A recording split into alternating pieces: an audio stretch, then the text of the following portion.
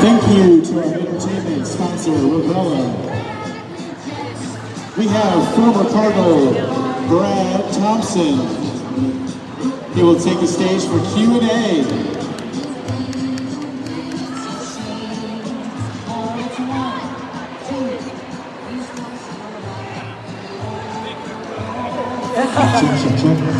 Check.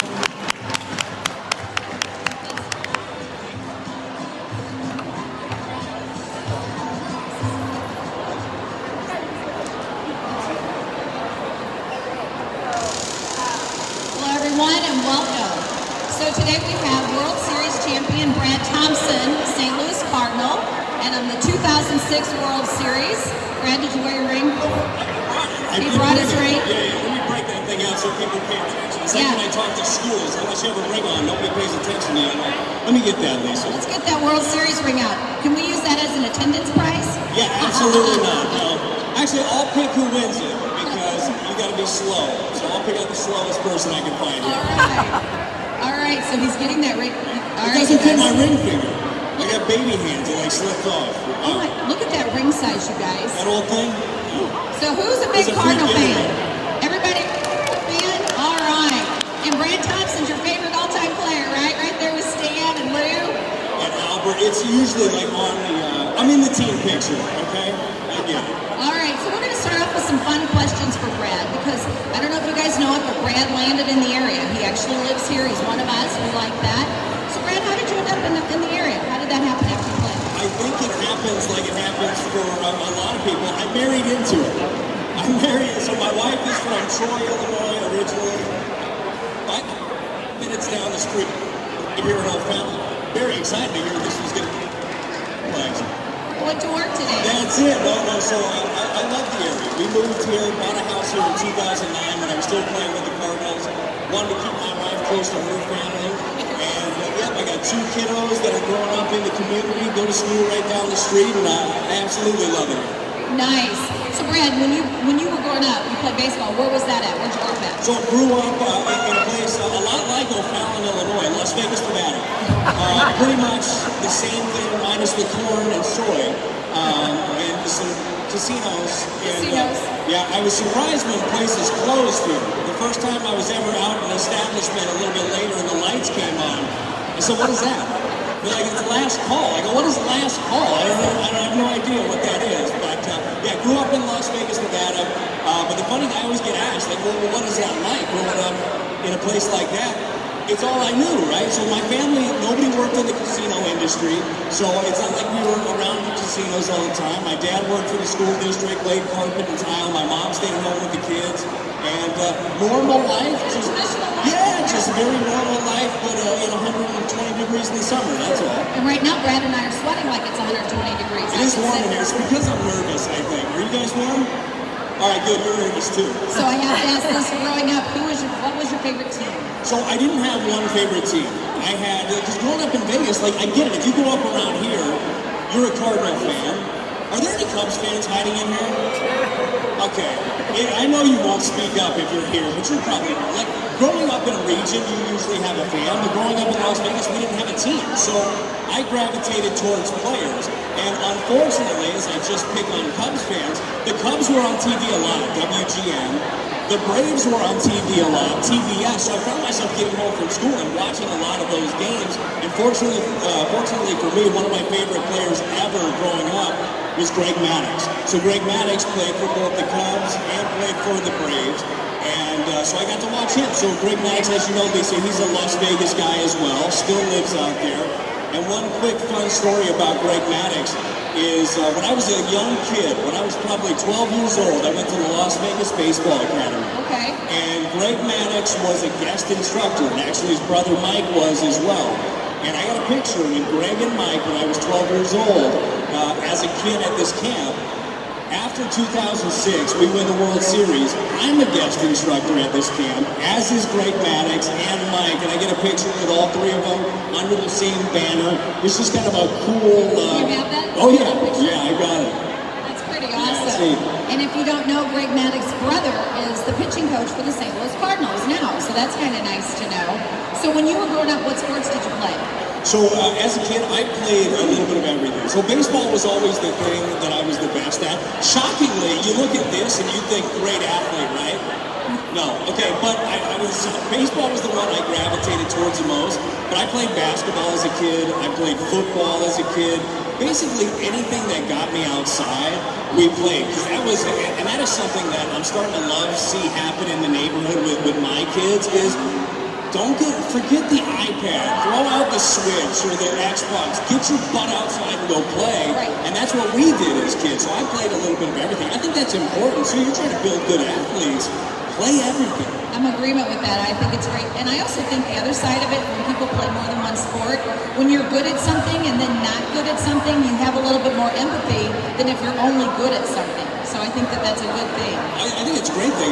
Empathy is a big thing in sports. And this is something, too, that I've actually been talking to my son a lot about recently. He's playing 8U baseball. So when I say competitive, I use that very loosely. Right. But realize, when you beat up on a team, you can just get beat up on the next game. Like you better know that this game can turn on you quickly. So win with grace, lose with grace, and be just a good sport, and no matter what you're doing. I think that's true, and it's true for us fans too. Wink, wink. All right. So how did you become a Cardinal? So I was drafted by the Cardinals in 2002, and I was drafted out of a small junior college in St. George, Utah, called Dixie State College. So the only reason the Cardinals ended up seeing me there is we had a shortstop who was a stud. This kid, his name was Kyle Boyer, and Kyle got drafted actually in the 4th round by the Cardinals in the same year. And when the scouts would come watch Kyle, they'd see me pitch, and I ended up getting drafted in the 16th round by the Cardinals. That's pretty cool. Yeah, right place, right time, right? I always tell kids this too, okay? So I just mentioned a school that you have never heard of, okay? Dixie State College. That's where I got drafted. That's where I started my professional career. If you got kids or grandkids that say, I have to go to Vanderbilt, or I have to go to Oklahoma, or I have to go to Texas. No, you don't. You have to go somewhere where it'll give you an opportunity. You have to go somewhere where it'll give you an education, and you can make your steps from there. It's great to have dream schools where you want to go, but if you can't make that work, I had a dream school too. It was Arizona State. I wanted to go to Arizona State bad. They didn't want me to go to Arizona State. The baseball team, they were full, they were good to go. I had to go prove myself elsewhere, and I did. And you did, and you made a nice career. Because a lot of baseball players play a long time and don't win a World Series. So you became a Cardinal. How many years were you in the minors? So I was in the minor leagues. I got drafted in 2002. I didn't play my first minor league season until 2003. Okay. I missed that first year. I did what they like every young player to do. I got drafted. I signed my name. I took a small signing bonus, and then I had back surgery. They love that when you use their insurance for back surgery at 21 years old. But that was the beginning. And then I spent 03 and 04 in the minor leagues and got called up a month into the 2005 season. Nice. And then we know the next year was 2006, and our baseball team kind of we got in on like the last day, right? Didn't we? Yeah. We got in on the last day, which proves another thing, as they're always telling me on the radio. You just got to get in. Just got to be patient, Lisa. Just got to be patient. It's May, you know. And so we will tell you that in 2006, the Cardinals won the World Series. Brad, what was that like? That run? What was that like? It's unreal. It really is. Like, you play your whole life as a kid, talking about playing baseball in the backyard or riding your bikes to the school and playing with your buddies. Like, you act like you're in the World Series when you're doing it, right? Like, you go out there, you're playing in the backyard, thinking you are in the World Series, you're getting that big hit, or you're making that pitch. And I got to go pitch in a World Series. I got to be a part of a team that won a World Series. So that run in to the dog pound after Adam Wainwright struck out Brandon Inge was the fastest sprint I ever did in my life. Like, out of the bullpen, just smile from ear to ear. Like, you did it. Like, you have a goal. Everybody has a goal at the beginning of the season. It's to win a World Series, to win a championship. There's one team that's fortunate enough to do it. It's not always the team that wins 100 games. We won 83 games. 83 games the year that we won the World Series. Albert was hurt for a while. Jim Edmonds was hurt. Scott Rowland was hurt. Chris Carpenter was hurt at times. We just never got healthy until October. And then we went on a run. Because in 2004, when the MV3, I think that's what they called them, I mean, they won 105 games that year, and we didn't win because our offense went to nowhere. You're shaking your head. You're like me, I can tell. You're shaking your head. Ran into destiny in 04. That was a bad draw. Yeah, I can still see Renteria. I can still see it. So in 2006, we won the World Series. Who was the best player that you ever played with, Brad? It's hands down Albert Pujols. It's not even close. You guys heard of him? You ever heard of Albert Pujols? Yeah, he's okay. No, so he is absolutely, no question, the best player I've ever seen. And it got to a point where if Albert hit a single, we'd be all in the bullpen like, what's wrong with him? Is he okay? Is he hurt? Like, you knew he was going to hit a double. He was going to hit a home run. Tony La Russa knew that these things were going to happen because he would manage ahead. He would manage knowing that Albert was coming up third. He's going to get a game-changing hit.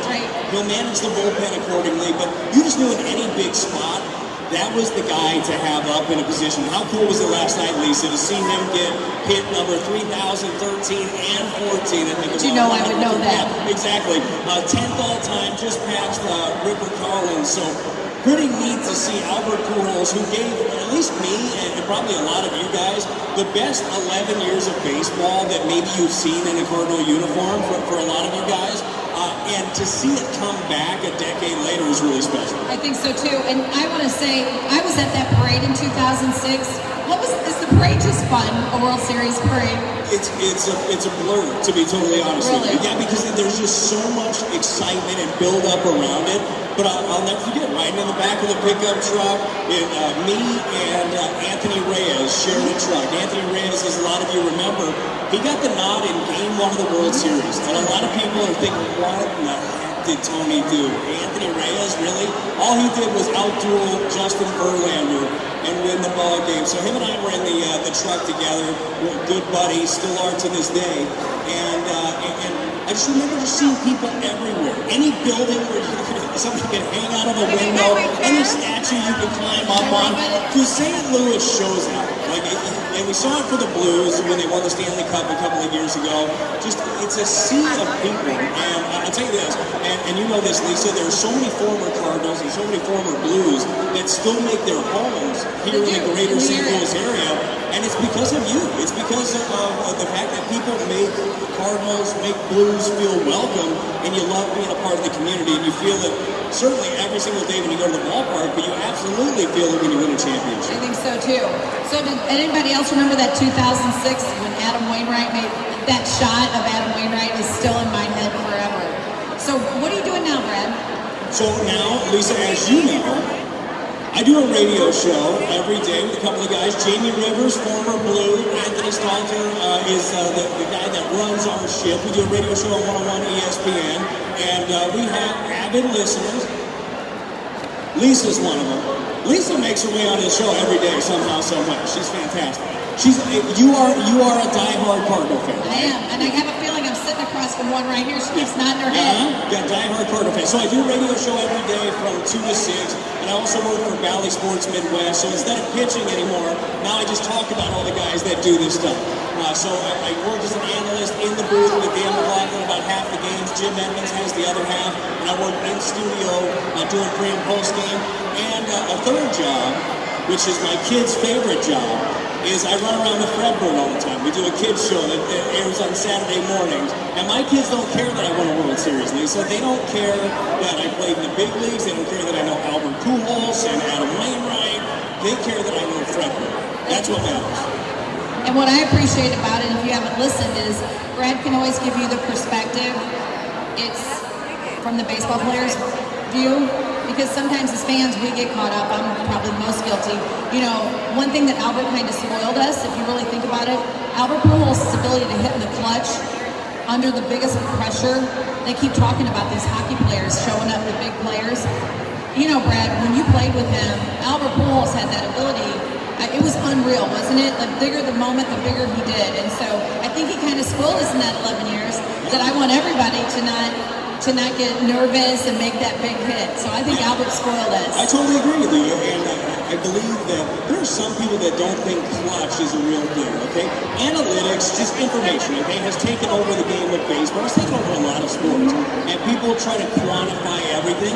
You can't quantify how a human being feels in front of 50,000 people, millions watching with the game on the line. You can't, there's not a number for that. It's in your heart, it's in your brain. And Albert Pujols had that. And just to like piggyback off that point, Matt Holliday. Everybody know Matt Holliday?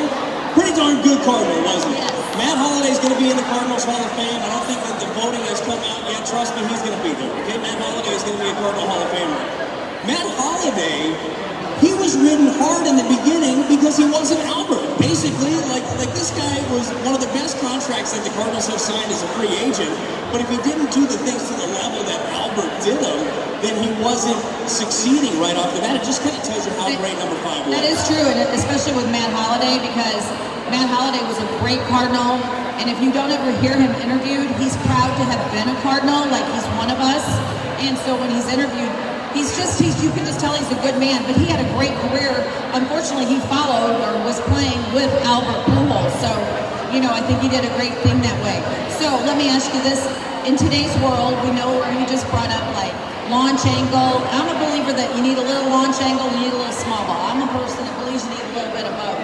But do you see, Brad, maybe the game, it's went one way. Do you find it maybe some way it'll kind of come back a little? I hope it does, to be honest with you. At least I agree with you. Look, I think that watching strikeouts, pop-ups, and home runs here and there is not the most entertaining brand. Anybody enjoy watching Whitey ball back in the day? You like watching speed, you like seeing the athleticism?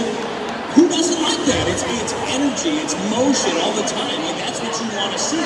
So the Cardinals have some skill sets like that. They got some guys that have freak athletic ability. And for those that aren't following the Cardinals closely this year, look, it ain't Whitey ball. But they lead the league in stolen bases. They have a lot of guys that run the bases really well. The details really matter, but it still is a home run game.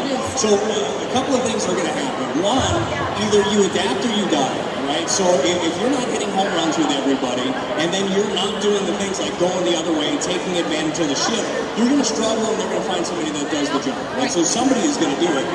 And two, I think that the game, and I don't think it should have to do this, but I think it will, is going to legislate differently. I think we'll see an outlaw of the shift. I think we'll start seeing a pitch timer at the big league level, because you have some guys that are human rain delays that are out there for 40 seconds in between a pitch, and it's like, it doesn't take that long. And they've already started this in the minor leagues, Lisa, as you know. They've got a pitch clock in the minor leagues now, and it's shaved 20 to 30 minutes off of a game.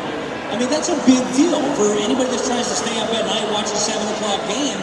Staying up till 10:15 is tough. So if you can, get a shave 20-something minutes off that might help, and it packs in a little bit more action into it. What else you're saying when you're saying that, Brad? Let's get real here. The reason hockey is so big, the young adults like hockey because their speed. If we're having them sit there for almost 4 hours for a baseball game, I mean, we love it. We'll sit as long. But I want young people to love it like I do. And if that means adjusting and making it better, then that's great for the game that we all love, right? Yeah, you got to continue to grow the game. As I mentioned, my son just turned 9 years old last week. He's not sitting through a 3-hour baseball game. Like, he will if we go over on TV. He's probably not going to sit there through the whole thing. So how do we get them to be entertained by it? How do we sit down and watch it? Because generations, and St. Louis is so fortunate, this greater St. Louis area is so fortunate that you have things passed down. Grandpa, grandma watch the Cardinals, mom and dad watch the Cardinals, I'm going to watch the Cardinals. Like, that's tradition, that's a beautiful thing. That's not happening everywhere. Right. So how do we get them in smaller increments, whether it be on social media? How do we get them more involved in baseball? I think MLB is trying to do that and get their stars out more, but there's definitely more work to be done. And when you have big stars, like, I want to ask you this, Brad. Right now, who's your favorite big star that's not a Cardinal? Like, who do you like to watch? Shohei Ohtani. Like, who doesn't want to watch the Japanese Babe Ruth? Like, you're talking about something that's going to grasp kids, It's that, a guy that throws 100 miles an hour, that hits home runs. When he's not pitching, he's playing. Like, that's what every kid, if you're playing youth baseball, you're doing that. You're playing every day in some way, shape, or form. So he's the guy, and he's got a great personality. Oh, he does. I didn't know that. Fernando Tatis Jr. is another one when he is playing. He's injured currently. You love the personality. You love the energy that he plays with. We'll get a chance on Monday to see another energetic player. Vlad Guerrero Jr. is coming in with the Blue Jays. Just a lot of energy. I like players that show some flair, that go out there and have fun with it. I know this is one, and who knows how this name will land. I think he's a really good player, and he's got some energy. I like the way Harrison Bader plays. Harrison goes out there, and he is hair flying all the time. And some people are like, all right, that's it, that's enough. He brings energy. He plays like kids play. Like, I love him. I love him. And so, but the athletes that he named, Ohtani, and he mentioned Fernando Tatis Jr. They all play on the West Coast. So baseball, it's hard for us to see some of their current stars because they're on the West Coast. So when they have a chance to play on a weekend and you have a chance to watch them, these players make the game that we love better. So I, as a baseball fan, I want to watch them. But unfortunately, they're on the West Coast. Mike Trout for another one. Oh, yeah. One of the biggest names ever in baseball, but he's on the West Coast. He's only played in, 2 playoff games in his whole life? Like, that's kind of a shame, too. Yeah, so we haven't seen him. So sometimes I think we need to see some of the baseball stars so we can get an affection for outside of the St. Louis Cardinals, which is kind of outside my DNA, but okay. All right, so we know who the favorite players are as far as outside. Who should we be watching on this current group of players? So, look, everybody knows the main characters here, okay? When you're looking at the Cardinals, Adam Wainwright is still a mainstay. And are you kidding me what he's doing at 40 years old? Adam is older than me, and he's still pitching in the big leagues. I'm sitting here, trying to keep you entertained. By the way, who wants free stuff? You have to wait. That's later. But it's so Leno and Yachty still doing what they're doing. Nolan Arenado is one of the best players on the face of the earth. And you watch him. I challenge you, if you watch a Cardinal game or if you go to one, even better. If you go to a game, watch Nolan when the ball's not being hit to him, when he's not hitting. He is constant motion. I mean, there's always something. There's a fidget, like he is going at it all the time. I love watching him. Goldschmidt, but I'll tell you who the key is to all of this. It's Tyler O'Neill. If this team wants to go to where they want to go to the postseason and they want to go far beyond, they need a third slugger. Tyler O'Neill hit 34 home runs for them last year. He won a Gold Glove. He stole a bunch of bases. That is a real weapon, and he's lost right now. So that is the key to me in what this offense is going to look like. Dylan Carlson, the young right fielder, he's turned the corner. May has been great for him, but they need Tyler O'Neill to really flip the switch. And what he just said about Tyler O'Neill, if you've been watching, he's just kind of lost right now. And so, just some other number that can't quantify the human side is when he gets back to playing the way he can play, it will just balance out the offense. I will tell you my personal out of all of them is Dylan Carlson. I think Dylan Carlson, if you haven't had a chance to watch the right fielder, he's just going to be that steady, good ball player that I think Cardinal fans really like. And he's playing well right now, so that's a good thing. Now, what about our new manager? Our manager's 35 years old. I mean, I could be our manager's mom. My gosh. Tell us about Ali Marmol. What about our manager? Yeah, so I know a lot of people were taken aback by the news that Mike Schill was fired after taking the team to the postseason. 190 games, but it got to the point where they said, look, we know what has been done, we know what needs to be done, and we think that Ollie's the right guy. Think about that from a managerial. Maybe you guys have run companies or you've had people that work under you.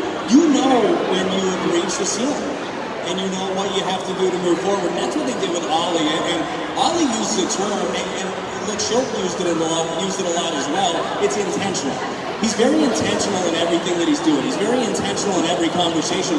When you watch him, and I'm sure you watch some of the post-game stuff, Lisa, that he does, watch his eye contact with people. Watch the way that he tracks.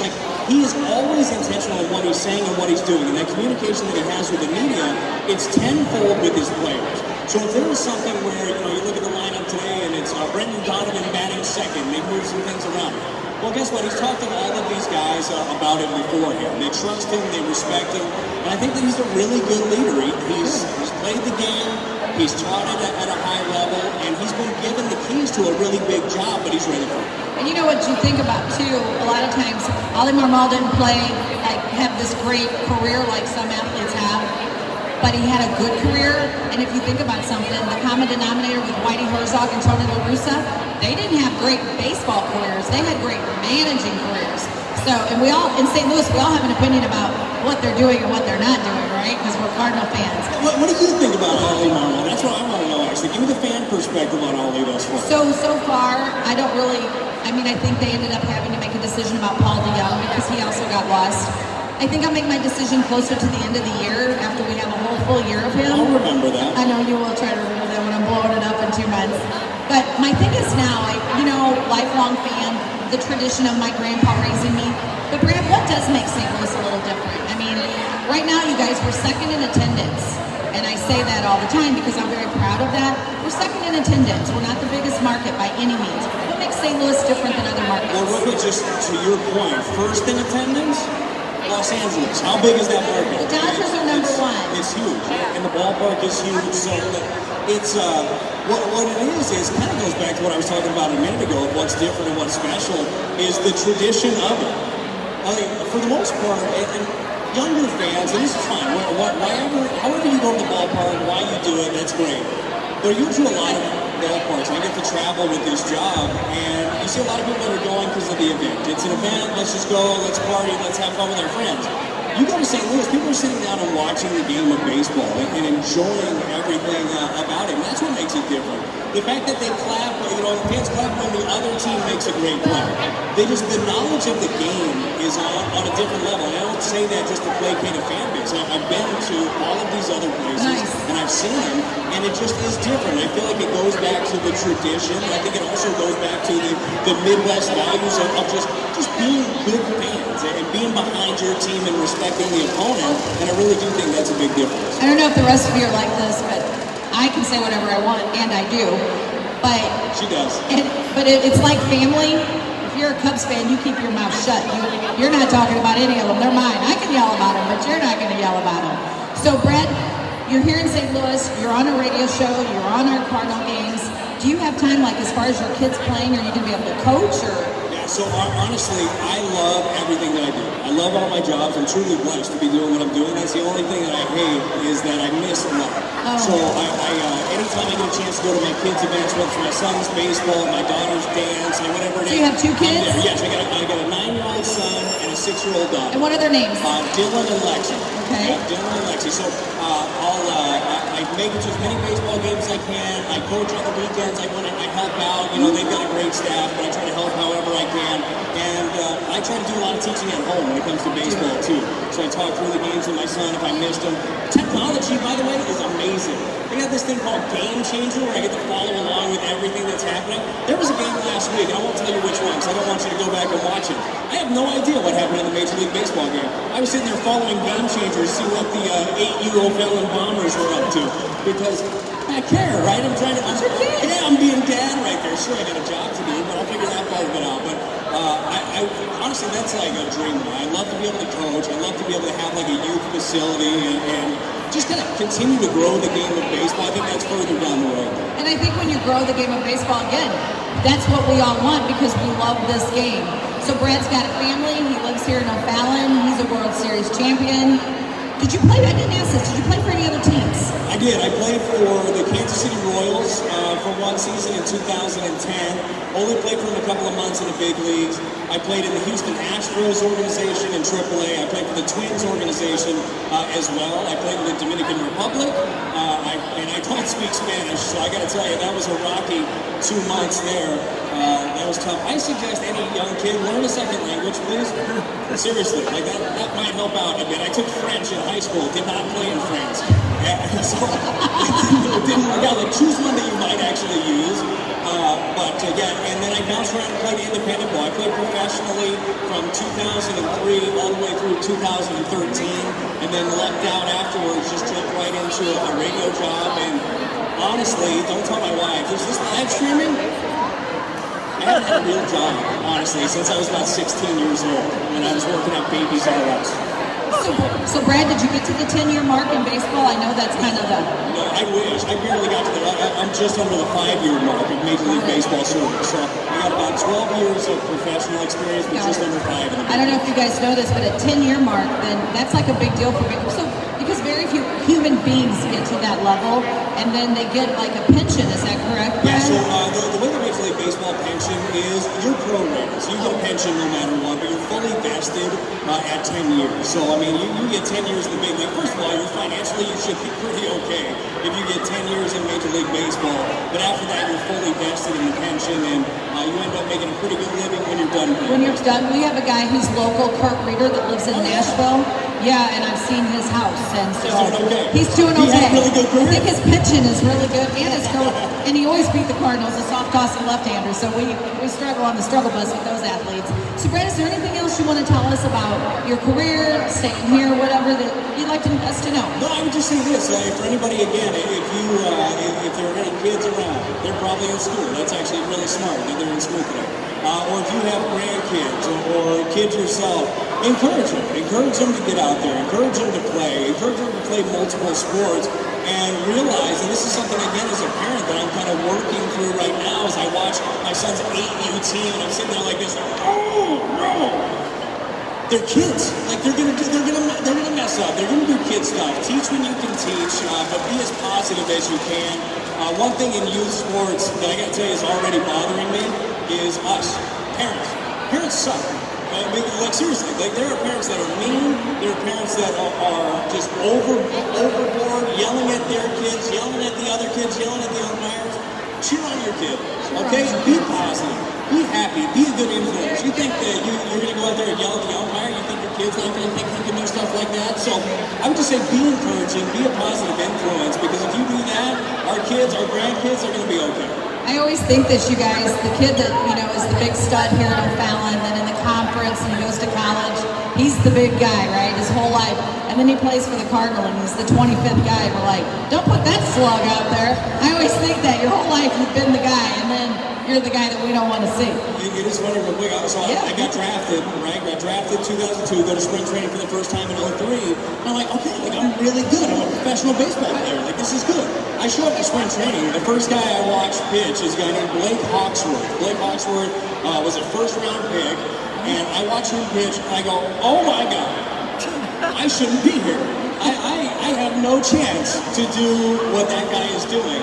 So it's humbling, right? But the ones, and Blake worked, he ran into some injuries. His reason his career wasn't as long as it was. But I'm telling you this, like you don't have to be the most talented. You don't. You have to work hard. You have to leave nothing on the table, and you have to have a positive attitude. If you have those things, you've got a chance. Well, I think one thing we've seen with Adam Wainwright, who obviously is one of our favorites. He's got a terrible attitude, doesn't he? He does.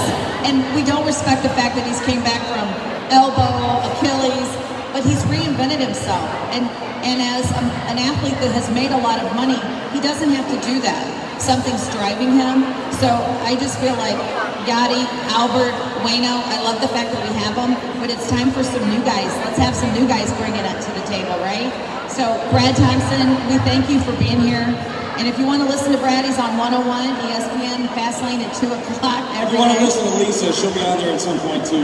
And so we really appreciate you being here. You guys, we really appreciate you all being here and listening. Does anybody have a quick question for Brad that you've always wanted? Oh, he's in the back. There he is.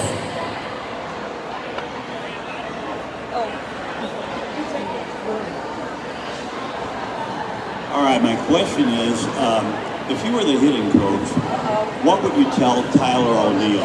Is he just a one-year wonder, or what's going on with him? What do you think we need to do? I did not put him in the audience. Yes, you did. I did not. Yes, you planted him, and I know it. Here's what I would say, first of all. If I were the hitting coach, I quit. Because I don't want that job. Because if the team's hitting, nobody says anything about me. And if the team is not hitting, it's all my fault. I would say, I'm done. I don't want this job anymore. But when it comes to Tyler O'Neill, look, Tyler's working through a bunch of mechanical things, and he's trying to figure things out. I would tell him, this is me personally, this isn't me like the hitting coach, but if I were, right, I'd say, stop thinking. Go hit. Just go hit. You're a phenomenal athlete. You have fast hands. You're stronger than any other human. I think he's gotten bigger, Lisa. I don't know. I asked that the other day. Somebody else said that he's just getting smaller shirts. But either way, he's a phenomenal athlete. I'd say quit thinking and just go hit. Don't worry about pitchers' tendencies. Don't worry about, am I doing this, am I doing this, am I doing this? Forget it. Just go be an athlete. Because he's one of the best athletes out there. That would be my advice. He's fast. I will say this about us St. Louis Cardinal fans. We always know our hitting coach. We always know our hitting coach. Thanks for asking the question. Brad, thanks for being here. Thank you. I really appreciate you guys all being here. I know I can speak for H Smart. We appreciate you being here today. We appreciate you listening, joining in the fun. So thank you so much. My name's Lisa. This is Brad. It's great to meet all of you, and have a great day. Thank you. And now the free stuff. Now it's time for the free stuff, what you're really waiting for.